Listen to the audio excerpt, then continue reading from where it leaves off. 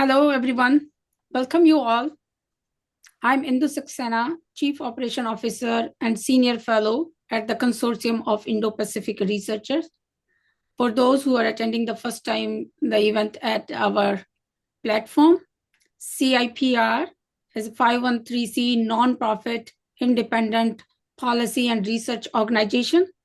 Our work is focused on Indo-Pacific affairs, and I am pleased to share that we have completed 5 years and established a recognized name and standard in the work of Indo-Pacific region. Kudos to our dedicated team, Grace, Jose, Colonel Holman. You are always there. Thanks for being here and always supported the work. So today's discussion is a part of the project titled U.S. Japan Alliance, Strengthening Defense and Security in the Indo-Pacific. And we are grateful to the U.S. Japan Foundation to support this crucial work in the Indo-Pacific region and look forward to a long-term partnership with the foundation. We have our foundation's officers, Dr. David Slater with us. I would like to invite him for his special remarks after a brief introduction of him. Professor Slater is a PhD from the University of Chicago and a professor emeritus of cultural anthropology and Japanese studies. He is a renowned professor whose work and teaching extends across America, Europe, Australia, and Asia. He is a communication manager at the U.S. Japan Foundation. Professor Slater, over to you, please. Okay. I'm afraid my voice is a little bit bad because all the allergens are here in Tokyo. But thank you very much for a generous introduction. I'm here not as a scholar, as Indian explained. I'm a cultural anthropologist doing very different sort of things than what you guys are doing. I'm here basically as a representative of the United States Japan Foundation. I'd like to just share my screen just for a moment because my job is to give a very short, brief kind of welcome to the foundation here. Let me just, sorry.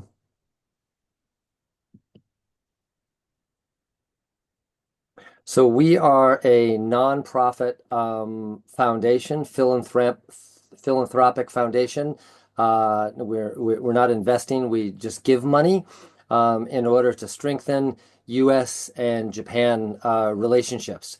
Right now, we have been focused on cultural exchange for a long time, but under the perhaps premature assumption that U.S. and Japan political and economic relationships were stable, we decided to switch our mission a little bit and focus more on reactivating the nonprofit sectors in both societies. So we're looking for nonprofit and civil society players in Japan and in the States and other places that then we can kind of catalyze some of that information. Most of what we do is giving grants. We give about $3 million every year in grants, and we're very happy to have had the wonderful opportunity to contribute a little bit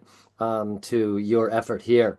Obviously, when we gave this grant, we had no idea that actually there's a possibility that the U.S. and Japan alliance was going to be questioned, certainly economically and maybe even politically, to the extent that the last few months have put strains on it. I think it only increases our conviction that the project is worthwhile and something that we're really happy and proud to be able to support in our little way. Usually we don't do quite so much geopolitical kind of philanthropy, but I do recommend if anybody is in the market for looking for other kind of funding, please think of us. We're always open to new and important and interesting opportunities to give a little bit of money to. So I think with that, that's really all I am qualified to say in the face of this collection of really accomplished scholars. So I just want to thank you very much. I'll probably listen for as long as my nose holds up, and then I'll drop off a little bit. But I thank you for including me a little bit. So thank you very much. Thank you, Dr. Slater, and that's for your remarks. And again, we extend our thanks to the U.S. Foundation, and our team has been working hard, and we hope that our work will be useful and worthwhile for looking at the crucial defense and security alliance of U.S. Japan Alliance in the Indo-Pacific region. Thanks again. Now moving ahead, let me set the tone of today's discussion. This project aims to seek tangible or concrete steps and recommendations to deepen U.S. and Japan defense security cooperation and strengthen the alliance posture to deter the adversary or any threat in the Indo-Pacific. Yeah, I somewhat agree with what Professor Slater said, that it's like challenging with the Indo-Pacific countries while making the deals in the economic sector, in the trade, when it comes to the trade. But again, the alliance and the partners, the repetitive remarks from the administration's officials, they are very crucial at this juncture when if we see the top leader summit from President Trump and Prime Minister Ishida met in the White House in February, and then again recent visit of Defense Secretary Pete Hexet's visit, his first visit to the Indo-Pacific, and again they reiterated the strengthen alliance and to strengthen the military postures in the region. Given China's assertive behavior in the South China Sea and the East China Sea, the U.S. Japan Alliance assumes significant importance and to deter the adversary. Again, moreover, China-Russia collaboration and North Korea's advancing missile program alarm the security in the Indo-Pacific region. The growing alliance between the United States and Japan, along with the increasing network of security partnership in the Indo-Pacific region, serves to address a wide range of security challenges. These challenges include maritime security, nuclear proliferation, natural disaster, humanitarian crisis, and territorial disputes. China is frequently identified as the primary instigator in these disputes, employing gray zone tactics. This project is divided into the three research areas. The first research areas comprehensively reviews the evolution of U.S.-Japan alliance to the core of the Indo-Pacific and will discuss the present, past, and future, even including the hurdles in the bilateral relations. And second research area is a more tactical level, focusing on the joint response by the United States and Japan to the gray zone tactics of China. In this paper, our expert and our team member respectively examine these questions in East China Sea, South China Sea, and Indian Ocean littoral states and the Pacific Islands. And the third research area is on defense planning. And the paper will focus on the future of U.S.-Japan Alliance, pivots on defense planning. To discuss these specific areas of research, we have our team of experts with us, and I would be happy to introduce briefly to our team experts who have been working on these areas. We have Professor Yoshiro Sato. He is a professor at Ritmeiskan Asia Pacific University, Beppu, Japan. He has joined us from the Japan today. And we have Colonel Jeffrey Holman. He is a retired colonel, served as the Chief Mission Assurance Division, J-34, headquarters at the United States Indo-Pacific Command. And Colonel Holman has joined us from the Hawaii, right, Colonel? And we have Dr. Ryohinata Yamaguchi.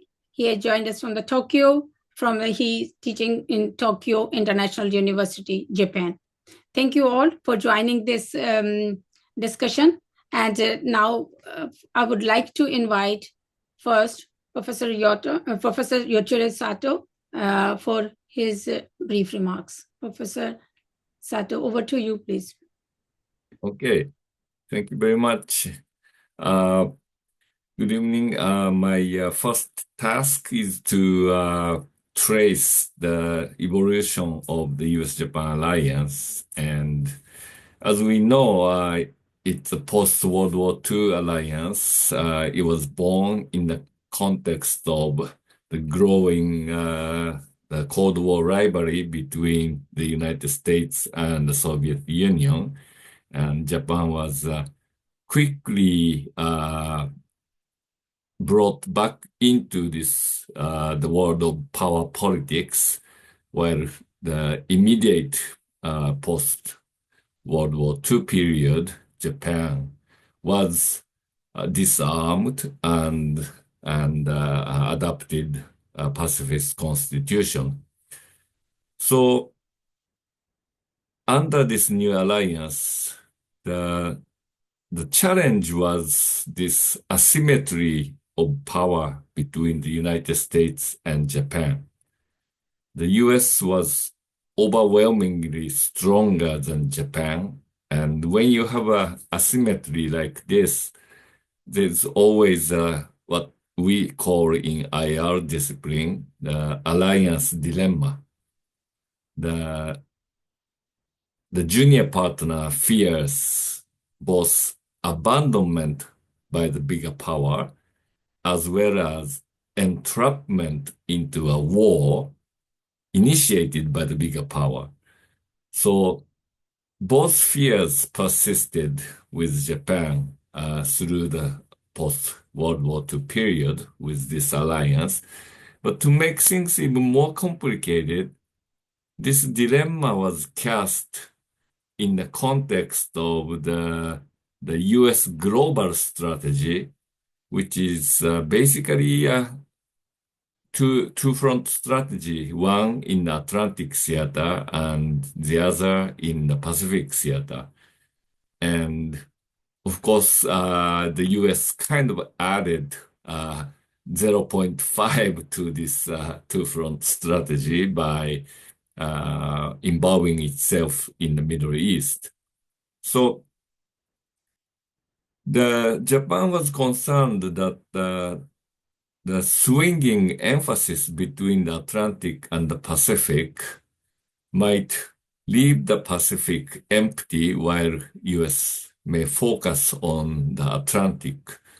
So this dilemma combined with the alliance dilemma was a challenging feature of the U.S.-Japan Alliance. And for example, in the 1975 defense guideline Japan adopted, the Japanese were openly talking about the possibility of global competition, global confrontation between the Soviet Union and the United States, in which territorial gains in Europe could be traded with the enemy territorial gains in Asia. So in other words, when NATO and the Soviet Union reach the ceasefire, Japan may lose, for example, Hokkaido, if the Hokkaido is under the Soviet occupation.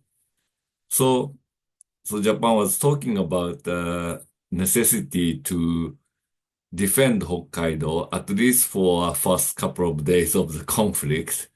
And if the conflict further prolongs, then the U.S. forces will arrive. So that kind of the fear of the junior partner has persisted on the Japanese side. Whereas on the US side, as we know from the 1970s on, the President Nixon talked about Japan as a free rider of the alliance, and the view that the US was brought under obligation to defend Japanese territory in the revised, not the original, but in the revised U.S.-Japan Treaty of 1960, whereas the new treaty did not spell out Japan's obligation to defend the United States. And Japan kept citing the Constitution, pacifist Constitution, and interpreted the Constitution to mean that Japan is not exercising collective self-defense. So that situation continued until late Prime Minister Abe changed the interpretation of the Constitution and gradually expanded the scope of Japan's cooperation with the U.S. forces, not only in the defense of Japan, but also in the maintenance of regional and global security. So it will take too much time to detail all those step-by-step enhancement of the bilateral cooperation, so I'm not going to go into that. But this free rider idea still persists, as you see in the rhetoric of the current U.S. president. And he, before he became the president, the first time, he was talking about things like, Japan should pay 4 times more for the cost of U.S. stationing in Japan. The truth is, Japan's already paying 50% of the cost of U.S. troops in Japan. So if Japan pays 4 times more, the U.S. will start making profit. And as such, when the President Trump brought up this issue of raising the level of the host nation support of U.S. troops by Japan, the Japanese government officials, for example, the cabinet advisor, Prime Minister Ishiba's advisor, Diet member Nagashima, did actually use the word that if Japan pays more, the U.S. will become mercenary, and the proud American soldiers would not accept such labeling. So the free rider argument does continue, and the politicians play to it, but the alliance managers need to find a way to, keep this issue manageable and, don't let this political bomb explode. And the other issue, I think, which is very important, is that this dilemma between the Atlantic and the Pacific has somewhat eased for Japan because the US has identified China as a primary threat and Russia as a secondary.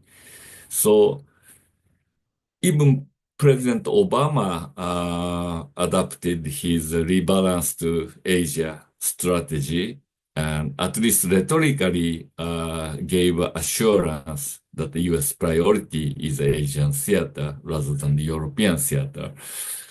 And the President Trump, I think, made it even more clear that the U.S. is concerned about China rather than Russia. But of course, this kind of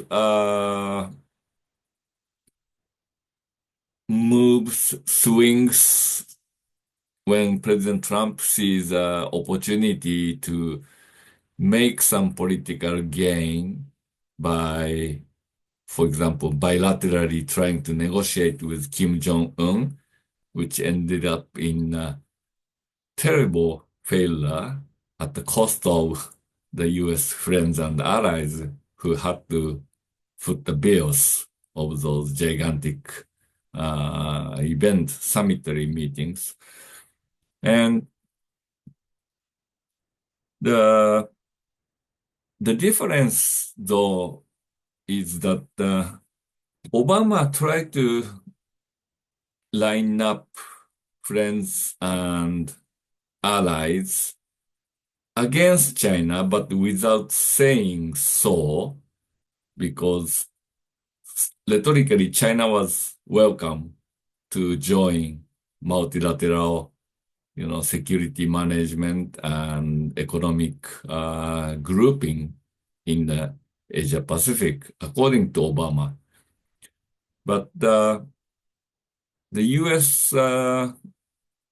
Joining TPP was actually a great incentive for Asian partners to work with Americans on security front.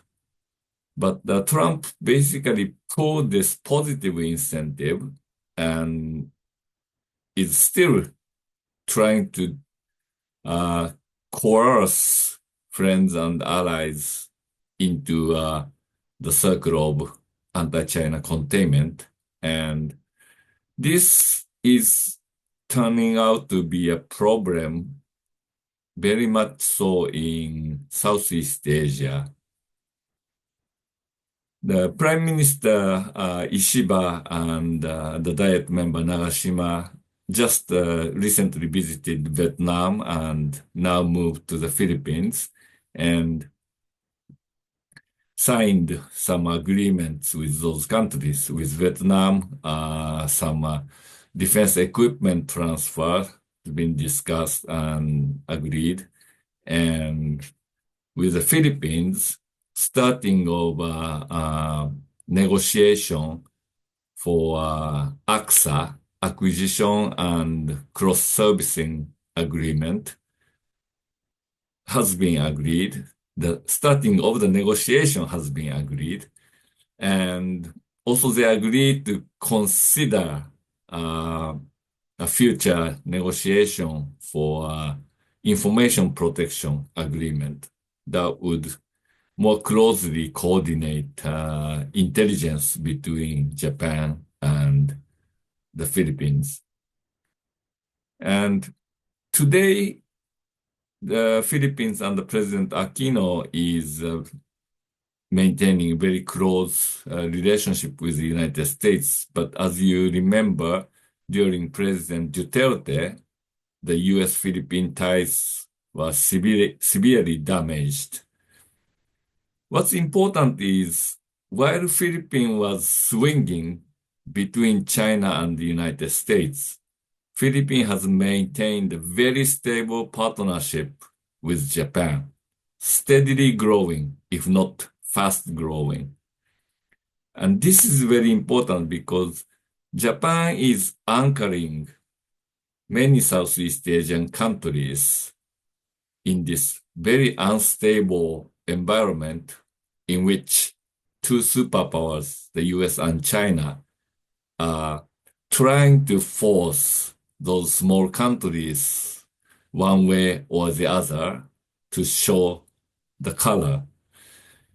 And this is a source of instability in the region, and Japan's role to moderate this growing competition is very important.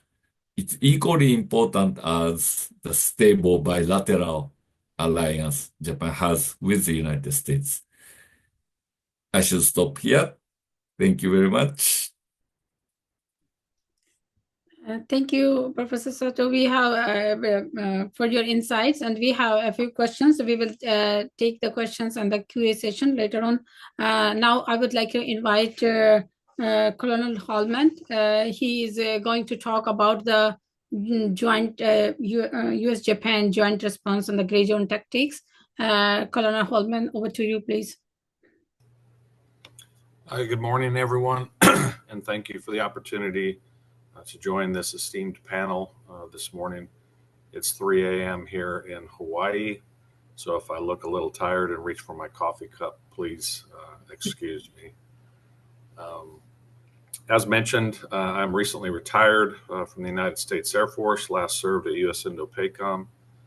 Prior to that, I had a short tour over in USFJ as the Provost Marshal, so really got a good appreciation for that alliance, working on that staff in the 2017 to 2018 timeframe. And I'll be moving to Germany here in a couple weeks, so shifting from an Indo-Pacific to more of a European focus in my work. But I will probably still maintain an interest in the Indo-Pacific, as mentioned by some of our other panelists. This is the area of great geopolitical import in today's times, and so I'm sure I'll continue to be intertwined with that. As mentioned, I'll be discussing a little bit about the gray zone tactics and coercion that the PRC has been conducting in the Indo-Pacific. And before I do that, I'd like to just touch on a couple of definitions so that we're all speaking from the same starting point. In 2022, RAND's Project Air Force defined China's use of gray zone tactics as coercive government, geopolitical, economic, military, cyber, and information operations activities beyond regular diplomatic and economic activities and below the use of kinetic military force. So that's the definition that I chose to go with for gray zone tactics.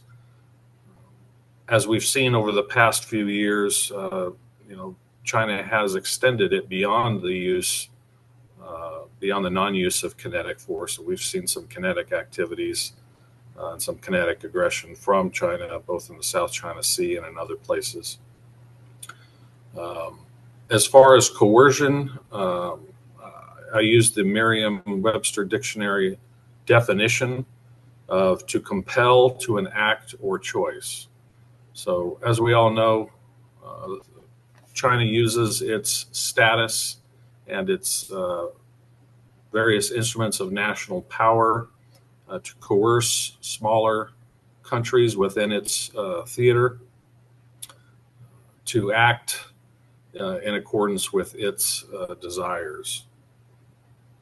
So we've seen many examples of that gray zone behavior over the past several years. That's changed as of late, and I think China is a bit preoccupied with the economic relationship with not only the United States, but with other nations in its theater.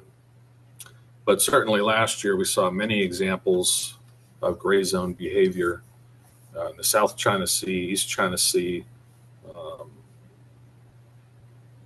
and really in other places throughout the theater with Australia and other nations. So China definitely looking to expand their influence in the area and doing that by claiming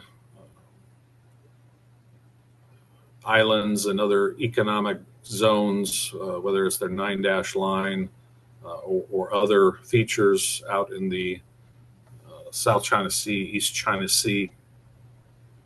We've also seen a lot of responses to that gray zone activity, both between the U.S. and Japan, which is kind of the topic of this talk, but also with things like the Quad, which brings in Australia and India.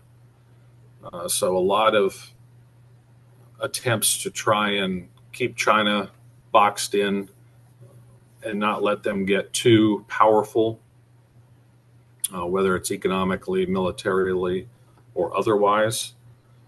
A couple of things that have happened recently, and this was actually first mentioned last year and suggested last year at a ministerial 2+2 meeting in Tokyo, where the USFJ, or US and Japan, announced the intent to create a new joint force headquarters in Japan, which has been dubbed as USFJ 2.0.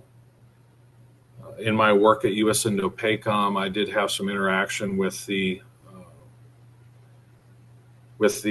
Japanese on that upcoming and somewhat unfunded concept. That was several months ago, so I'm sure it's progressed since then. But at the time, you had then Secretary of Defense Lloyd Austin pitching this as a way to increase not only cooperation with the Japanese militarily, but also to increase bilateral presence in the Japanese Southwest Islands, to reaffirm the importance of cybersecurity, intelligence, surveillance, and reconnaissance, as well as looking for opportunities for defense industrial base cooperation. There was also talk during those security consultative committees about co-producing medium-range air-to-air missiles and Patriot Advanced Capability 3 or PAC-3 missiles. And then, of course, the real anchor to that was the discussion of the extended deterrence, which is where the United States provides that umbrella of protection through that security alliance to include nuclear capabilities should they be needed. So that's what came out of the talks during last year's 2+2. I'll also be discussing in my paper the increase of the bilateral presence in Japan's Southwest Islands. We've seen a little bit of that with some exercising and some tabletop planning. But I think you're going to see at least Japan probably move forward cautiously on that front because the Senkakus are because they are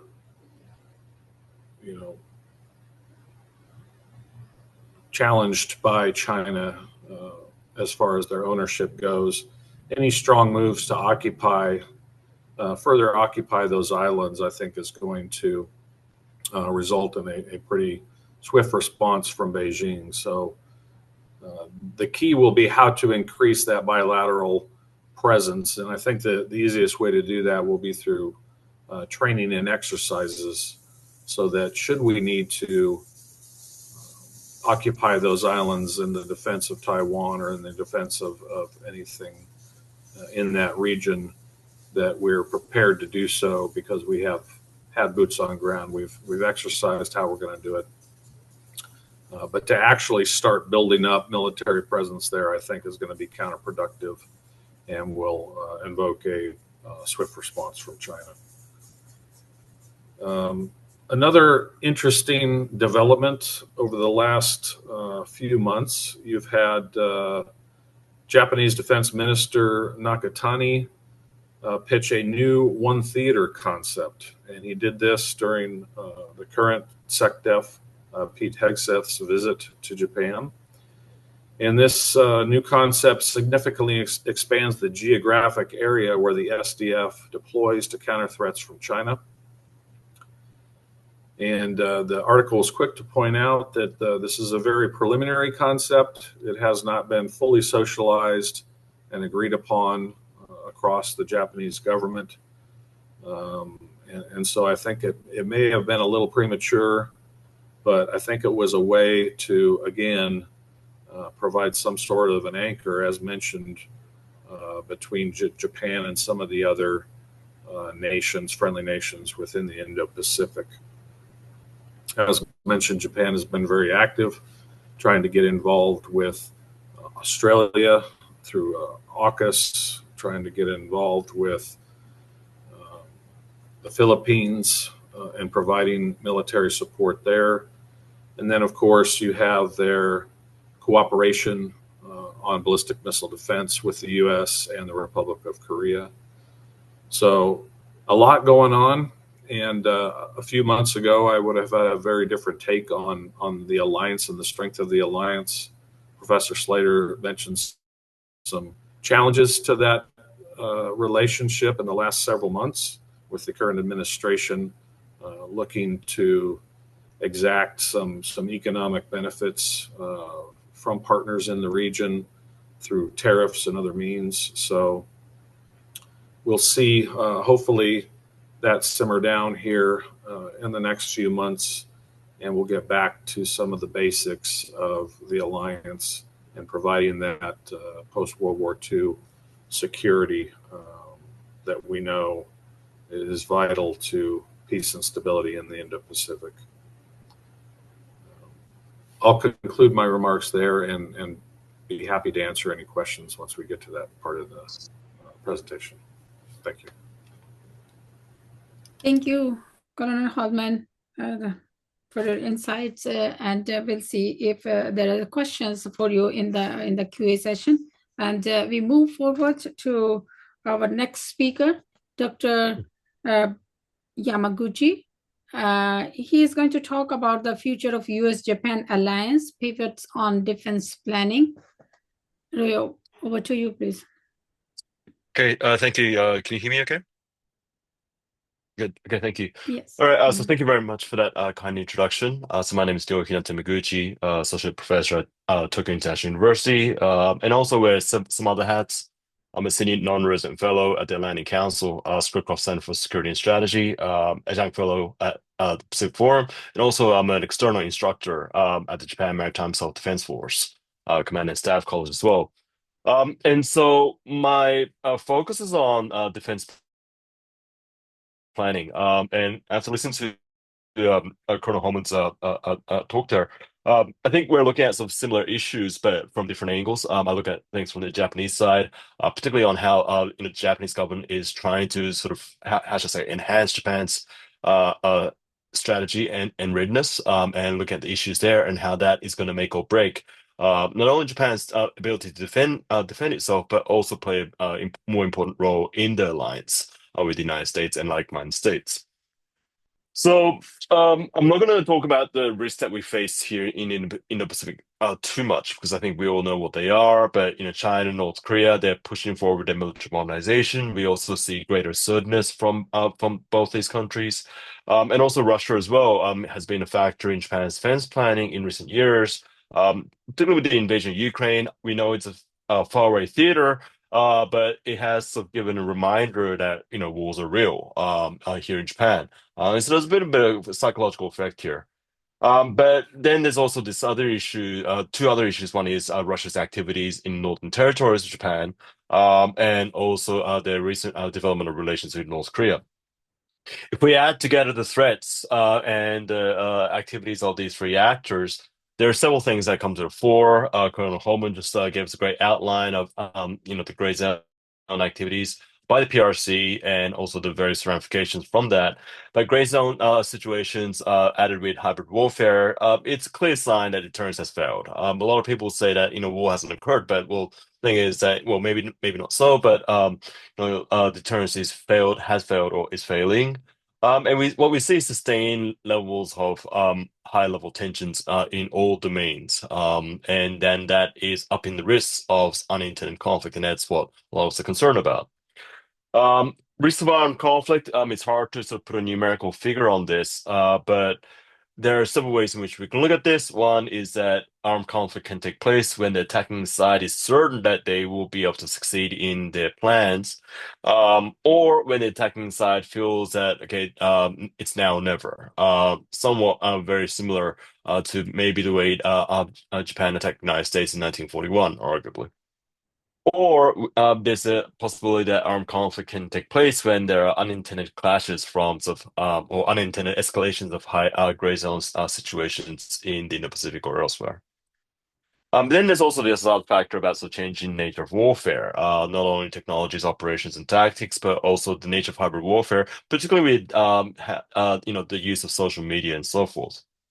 So the bottom line here is that we face a number of problems in that there are growing levels of disruption and also high potential for high levels of destruction as well. And so the defense planning today is very different from defense planning in the past in many regards. Just very quickly, there's now more serious conversations about risks of simultaneous contingencies now. Given that we are a more interconnected world through globalization and so forth, and in many other aspects as well. That also means that there is greater connectivity between the various theaters. And so if we look at East Asia, we can talk about the Korean Peninsula and the Taiwan Straits. And if we go a little bit further south, we all know that a Taiwan contingency is going to involve in the Philippines in some way. And so if we think about the interconnected nature of the conflicts and tensions and the hotspots here in the Indo-Pacific, we face simultaneous threats and we risk simultaneous escalation and then potentially simultaneous contingencies. Again, here, this, I guess, will spin us off into a different debate, so I won't go too much into this, but there are potential scenarios such as, whether, China and North Korea will go for a planned simultaneous attack. But what I'm concerned about is that kind of domino effect. And I think we saw examples of this, in 1950, when the Korean Peninsula, when the Korean War occurred. We had, for example, the U.S. fleet going to Taiwan Straits just to make sure that things are not going to spill over into that theater. Simultaneous contingency is going to be one of the worst case scenarios for the United States, Japan, and Republic of Korea. We know that this is going to be a worst case scenario, not just because of the level of destruction, but also the fact that it is really going to exhaust that capacity here. And there are some people saying that, well, maybe the Chinese will want this, but the thing is, that's not going to be so easy for the Chinese either. They face significant risks rather than benefits from this. Because they know that they don't want to put too much they want to place their bets on how things will roll out on the Korean Peninsula, but still, once again, as I said before, unintended domino effects is something that I guess we all worry about, and we can try to control the situation, but that might not be so easy given the state of affairs here. So turning over to Japan. So as I said, Japan faces all the threats that we just talked about, and in 2022 was the real big year here, where we really saw a revamping of Japan's defense planning and also, strategic planning. So we have the three documents that a lot of people here know about: the National Security Strategy, National Defense Strategy, and the Defense Build-Up Plan. Some people said that it's really just repackaging of what Japan already had, given that Japan has been pursuing a national security strategy since 2013.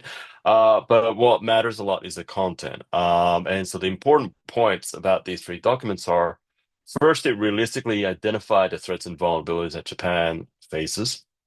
Second, it shaped Japan's defense strategies and readiness more in the context of war fighting.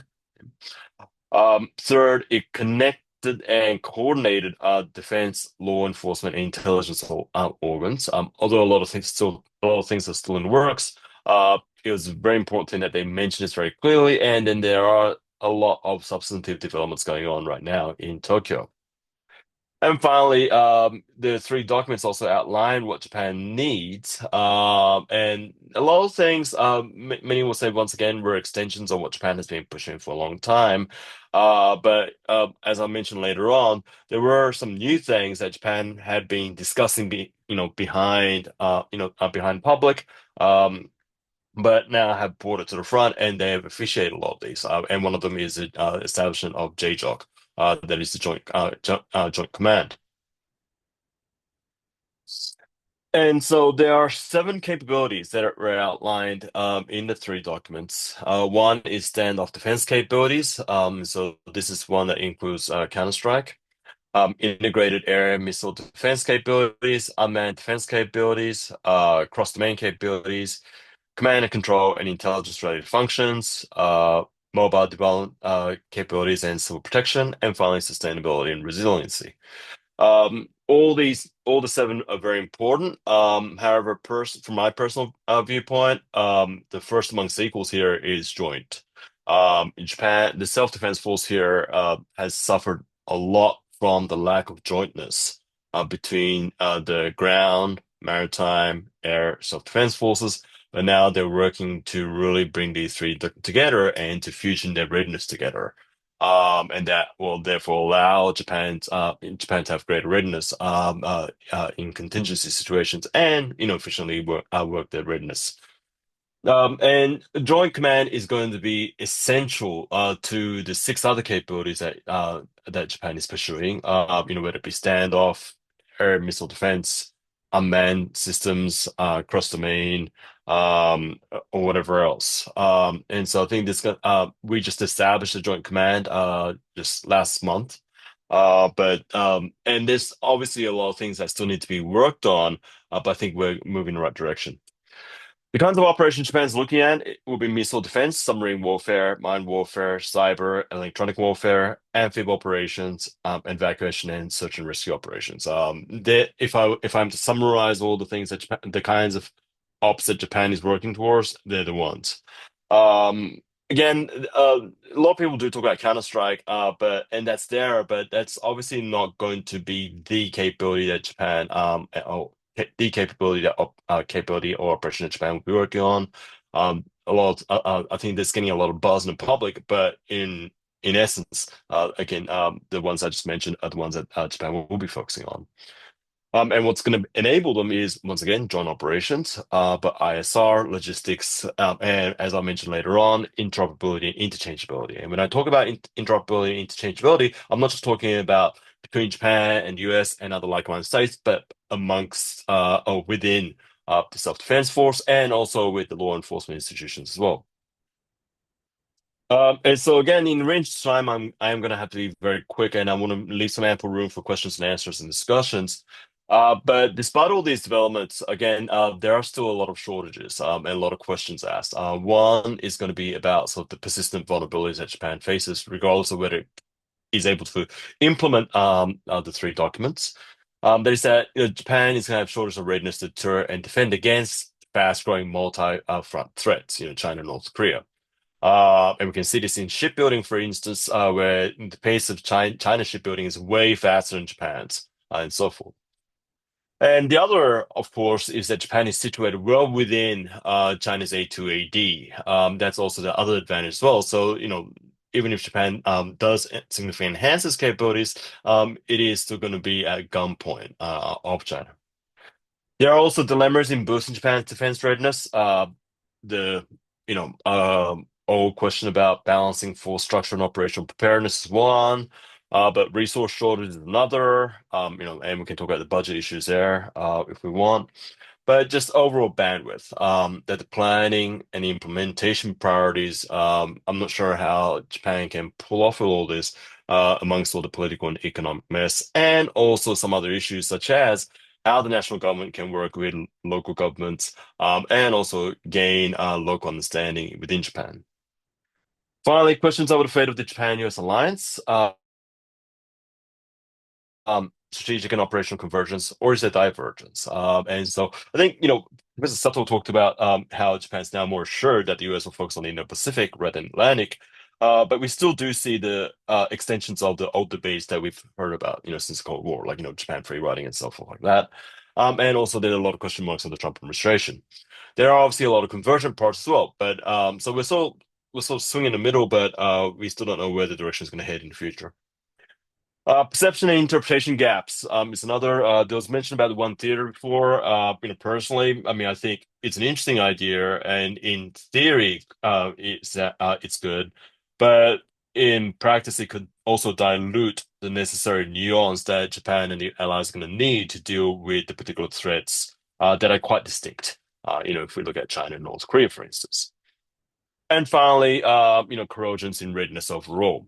Yes, so there are quite a number of issues. So, well, what are the steps going forward? There's three. Well, first one is readiness against complex and threats and situations. Japan and the United States are going to have to work towards sharper and stronger strategies and readiness to deal with the threats in this region. It will also have to work on not only trying to sort of, I guess, completely, how should I say, punish the opponent, but rather to deny and create dilemmas for the opponent. I think that's a more realistic manner. And also, of course, humanitarian operations. I mean, I do a lot of wargaming in my job, but that's sort of the part that a lot of people do not think about. If we think about the number of Japanese and U.S. citizens on the Korean Peninsula, and also in Taiwan, and also more so in China as well. Second one, capacity readiness, coordinating operational concepts and doctrines. I mean, this is 101 of alliance management, but it's also one that I think we still do need to work a lot on here in Japan and also in the United States. Interoperability and interchangeability. Again, in the interest of time, I'm not going to go into the details here, but there is a difference between interoperability and interchangeability. And I think that needs to be nuanced a little bit more. And then also to fill the gaps and vulnerabilities. Third and final one, multilateral security network. We do have a lot of good security dialogues and exercises, and over last several decades, I think we've seen a lot of improvements here, but a lot needs to be done here, and we need to sustain them and also expand them. And also, we could institutionalize cooperation, coordination, communication. United States and South Korea have the nuclear consultative group. There are discussions that maybe this should be trilateral. Now, I know this is going to involve a lot of politics, but if we think about how intertwined Japan and South Korea's security is, that would be a good idea. Also, the other reason why I mention South Korea a lot is not, I mean, I do a lot of work on the Korean Peninsula, and I've lived there for quite a number of years.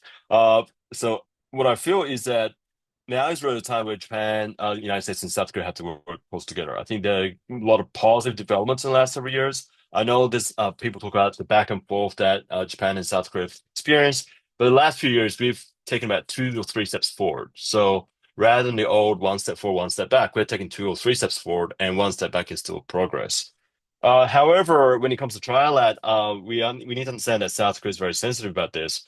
Not like in the old days where they're worried about sort of China and North Korea's reaction, but more that South Korea is now worried. A lot of people in the South Korean government are now seem to be worried that too much emphasis on China will dilute attention to the growing threats posed by North Korea. And also you mix that in with questionable assurance that they feel from the United States. This whole framework could start moving apart, and we definitely don't want that. So I think more dialogues need to be done there. And with the current situation, this great interest in Japan and South Korea that these two are the countries that need to pull up. That these two are the countries that need to push the trilateral framework forward and not just depend on the United States. The 5 C's important here. Clarity, compatibility, consistency, credibility, and capacity. Again, I talk quite a lot about South Korea, but there are obviously a lot of other partners that Japan and the United States have to work a lot closer with. One is obviously Australia, a lot of progress there, which is great. But then there is another country, and Professor Sato mentioned this already, but that's the Philippines, given the proximity, but also the vital role that they play in Southeast Asia. We can talk about Southeast Asian countries, but also NATO. We can also talk about some of the Pacific Islands, and so forth, and of course India. There's a lot of potential partners out there, and some people do talk about nation NATO. I'm not a big believer in that. Why? Because I don't think it's worth the political and the logistical effort, and I think it's just not so feasible at this point, but rather enhancing the network. I think that's going to be a more plausible choice. So I understand I rushed through a lot of things, and made me sound a lot of details, but I'll be more than happy to take any questions and also respond to making a response in discussion. So I'll leave it there. Thank you. Thank you, Royo, for your remarks. And now we open the house for the QA session. I guess I would invite first audience. We have our two interns, consortium interns here, Stephanie and Kim, if they want to go first with their questions, and my colleague Jose, he is also going here for the want to ask some questions. So let's take one at a time. Stephanie, please go ahead with your question.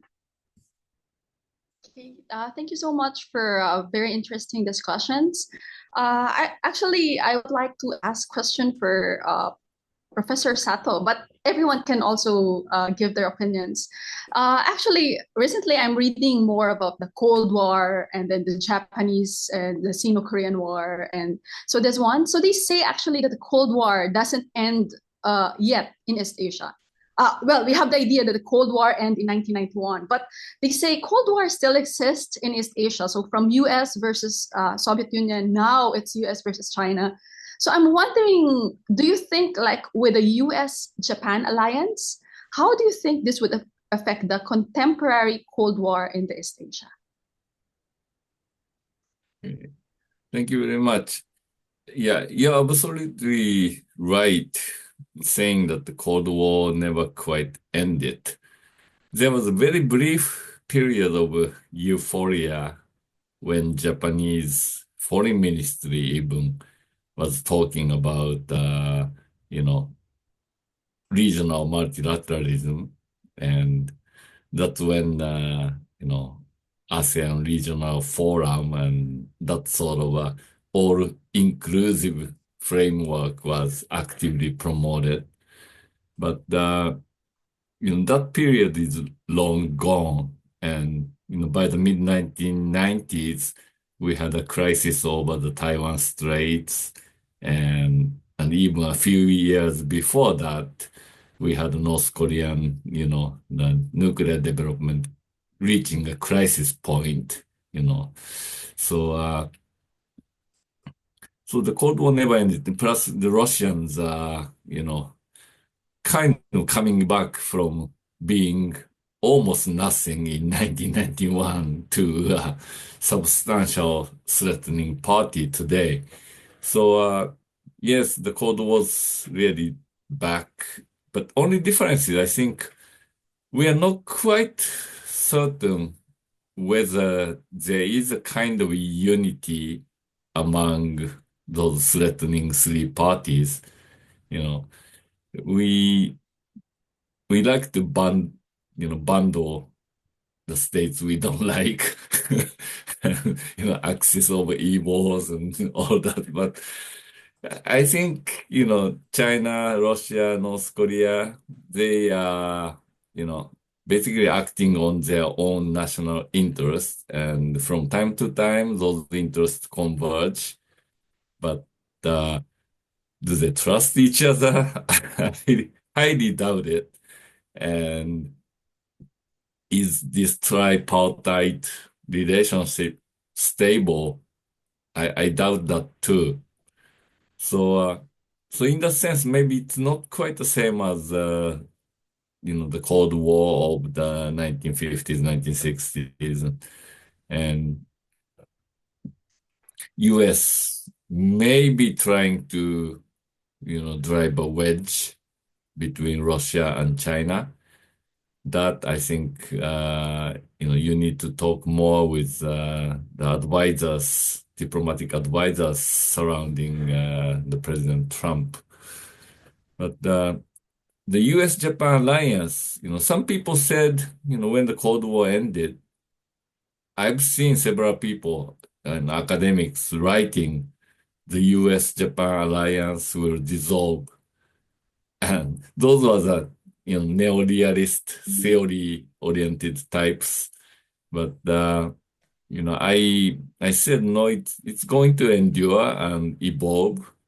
And I think that's exactly what's happening.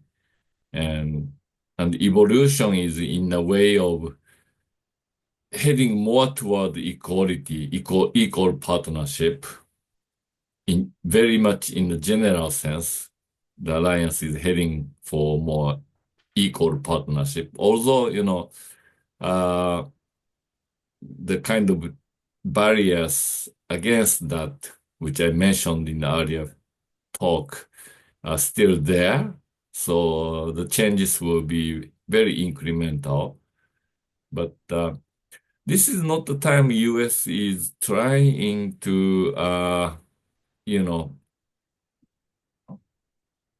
charge allies more for, the US forward presence, which is increasingly doubted, uh, whether they endure for the coming years or not, because US alliance credibility has been severely damaged under the President Trump. And this is something US needs to work on very carefully.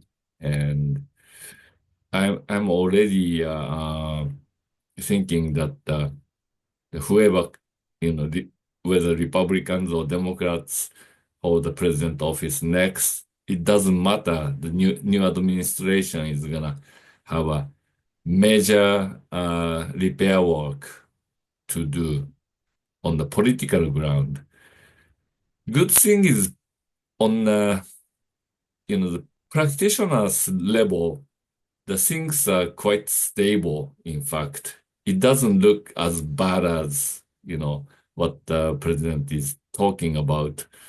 And there are a lot of progresses in terms of the bilateral cooperations or cooperation between Japan and America's other allies as well.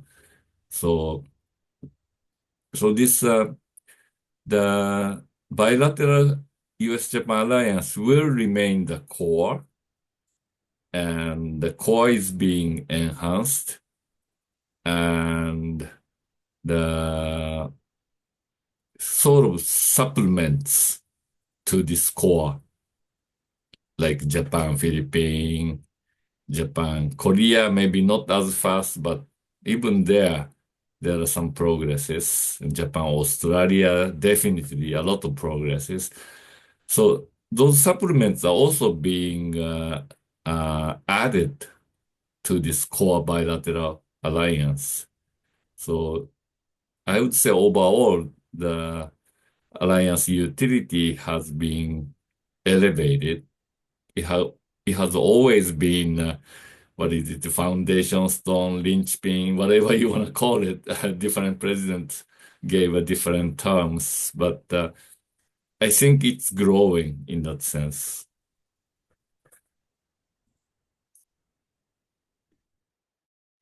Thank you, Professor Sato. Thank you. Now, Kim, you have a question? You want to put your question? Go ahead, please. Hello. Thank you for the insightful discussion. I'm Jungmin Kim, a master's student majoring in international peace and security at Korea University. And as a student majoring in international peace and security, I have a question regarding regional cooperation in the Indo-Pacific. And I'd like to ask all three of you if it's possible. So my question is, in what ways can the U.S. Japan Alliance better engage with other regional partners like South Korea, Australia, and ASEAN countries to enhance collective security in the Indo-Pacific? Thank you again for your insightful opinion.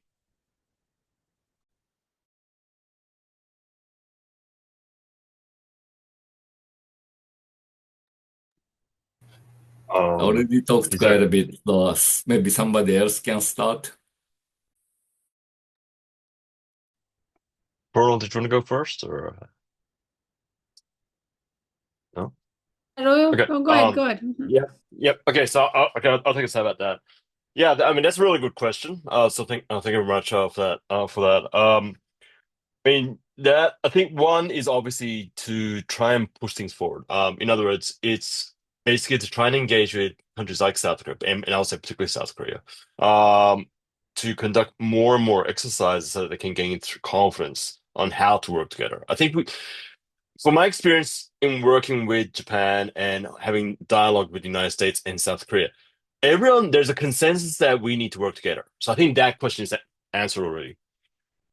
The problem is that there is still somewhat lack of confidence in how they can work together. And a lot of it's not about politics, but rather about sort of technical things. Again, I talked about interoperability, interchangeability, and things like that.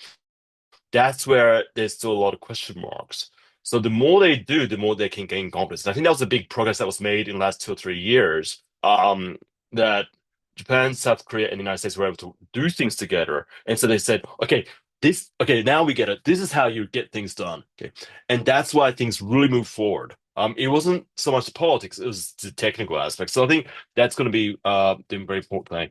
The other aspect, however, is something that Japan, US, and South Korea have to think about a lot, is that they need to somehow make sure that the domestic politics do not pollute the efforts for security cooperation. And that the domestic politics in domestic politics in Japan is status quo in both good and bad ways. But as we know, and as I've experienced, the domestic politics in South Korea can really swing from one end to the other. And also we're starting to see in the United States. So I think that's the other thing is how the three can still work together despite domestic political changes. Again, what's good about the last 2 or 3 years is that because we've done a lot, it's hard to reverse a lot of this, right? So I don't think we're going to go back to like some of the previous years, but we still want to make sure that we keep the efforts at a high level. I'll leave it there. Thanks.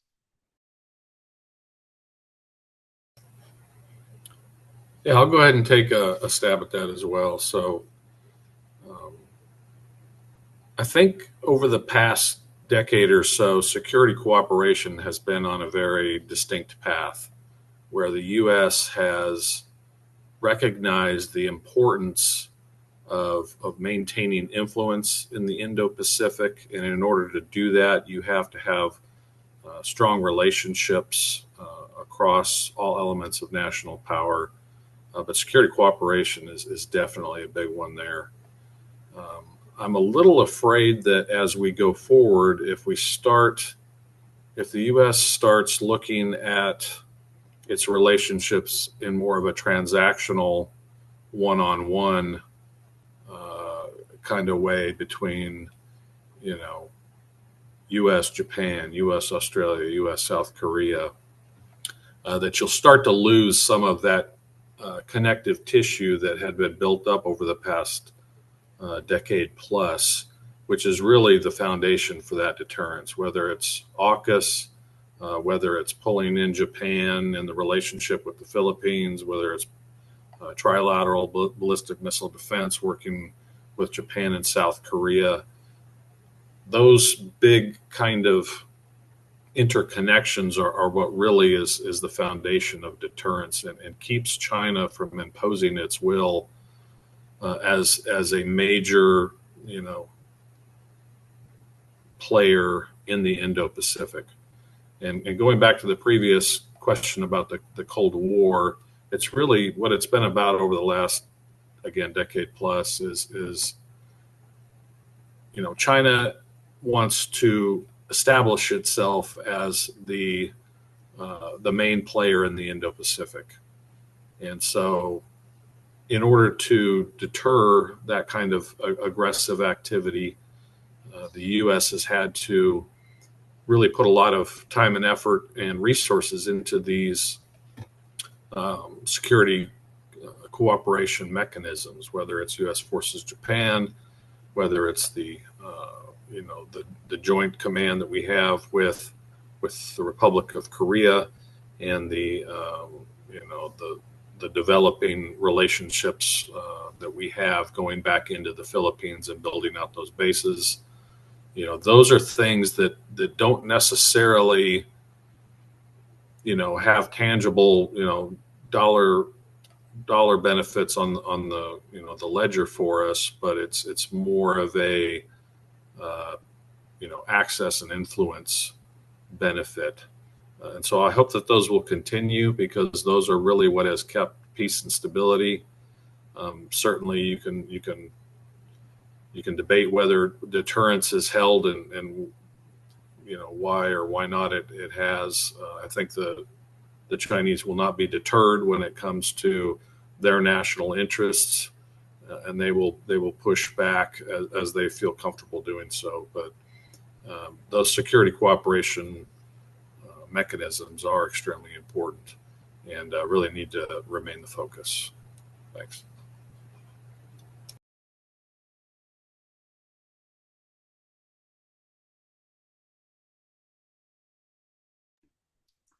Professor Sato, would you like to comment on this, or should we move to the next question? Yeah, maybe we can move to the next questions. Yeah, I guess so too. Okay. From the audience, if you have a question, or Jose, you want to go first? Okay, thank you very much for those very enlightening presentations. Now, my question is basically directed towards the Japanese guest speakers.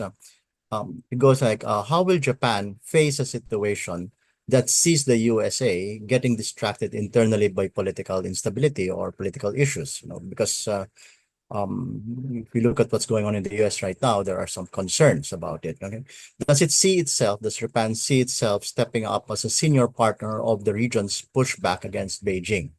Basically, that's the question. Maybe I should go first. Yeah, please. Yeah, I think what Japan's been afraid of is the sort of isolationist tendency, which has surfaced from time to time, especially since the President Trump came to power first time. And this the isolationist tendency doesn't have to be coming from, this grand strategy such as, offshore balancing strategy that the US can, stay away from the growing competition between China and Japan, let them fight against each other and US can watch it from distance. That sort of, grand strategic design, and those are in the academics, theorists' mind sometimes, but what's more practically worrisome is that the US domestically falling into chaos and completely losing incentive to be involved outside. And that seems to be even more likely than the offshore balancing temptation.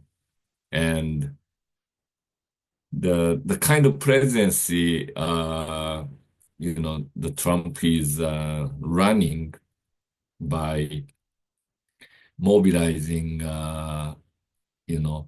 not so well informed population in a highly populist manner and promoting a very strong anti-elitist attitude. I think there's a danger right there that the US might, kind of self-destruct. And that's probably most worrisome for a lot of Japanese and some other Asian countries as well. Because we all want a stable US to remain engaged in the regional stability. We see US as a stakeholder, a very important benefactor, and the alliance partners, most credible alliance partner any Asian countries can have. So yeah, so that's why I think the US needs to really do a lot of house cleaning in order to stay engaged. And if this, house cleaning is the real purpose of the current president rather than his own personal agenda, then, the allies and friends will cooperate to some degree. So that I'll stop here.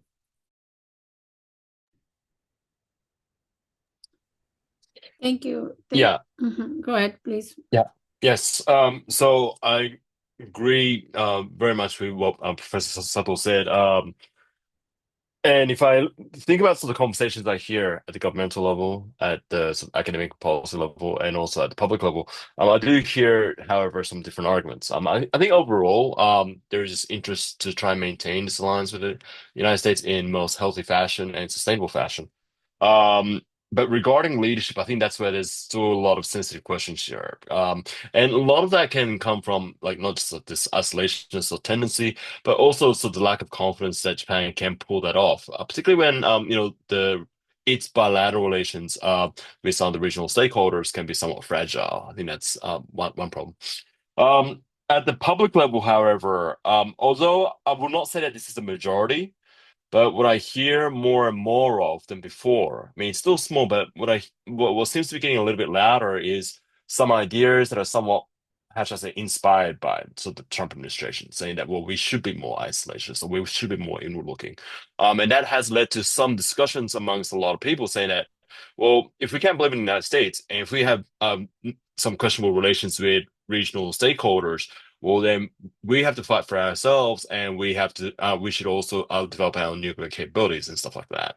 Now, that is a little bit extreme, but I do hear a lot more. I have heard some conversations like this over the last few months, and I hope we don't have to go down that track. And I think that gives more reason that Japan's leadership role in the Indo-Pacific has to be with the United States and with other stakeholders such as South Korea, Australia, the Philippines, and so forth.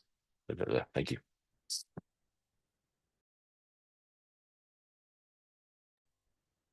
Thank you, everyone. We are running out of time. Just if anyone have questions from the audience,